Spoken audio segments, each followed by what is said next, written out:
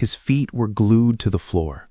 Not with real glue, but with the crushing weight of everything he had to do. A mountain of tasks stood before him, casting a long, dark shadow. He was just a simple stickman, and the world felt impossibly heavy. He couldn't move. You know this feeling, right? That invisible paralysis where just thinking about what to do is more exhausting than actually doing it. His to-do list wasn't a list, it was a monster with 1,000 hungry mouths, each one screaming for his attention. "Start the big project," one yelled. "Answer those emails," another shrieked. "Don't forget that promise you made," a third whispered with guilt. He'd tell himself, just take one step. But which one? The urgent one? The important one?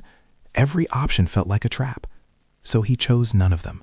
He just stood there, a statue of anxiety, watching other stick figures run past, their lines crisp with purpose.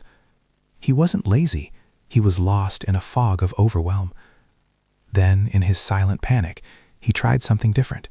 He stopped looking at the mountain. He stopped listening to the monster.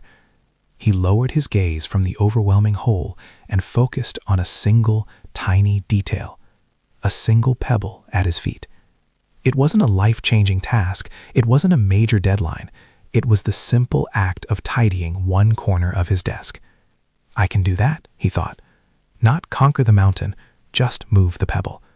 With a colossal effort, he reached out and did it. The world didn't change, but he did.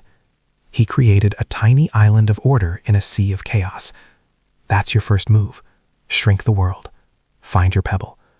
What is one tiny 5-minute thing you can do right now?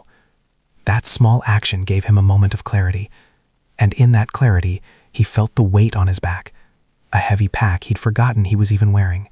It was filled with rocks. Rocks he had agreed to carry for others. The "can you just" rocks, the "it'll only take a second" rocks, the "I need a favor" rocks. He had said yes to all of them, believing it made him good, made him valuable, but it was just making him immobile. With trembling hands, he unbuckled the strap. He let the backpack slide to the ground. It landed with a heavy thud. It felt selfish. It felt scary, but it also felt like freedom. You have permission to drop the rocks that aren't yours. Your energy is a finite resource. Stop giving it all away. He looked up. The mountain was still there. Of course it was. But something was different.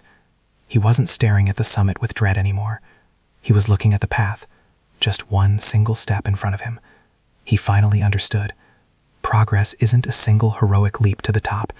Progress is moving the pebble. Progress is dropping the rocks.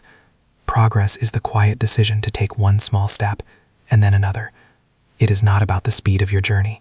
It's about the direction of your movement. And so he lifted his foot. It was shaky. It was uncertain, but he put it down in front of him. He wasn't running. He wasn't flying, but he was no longer stuck. He was finally moving forward.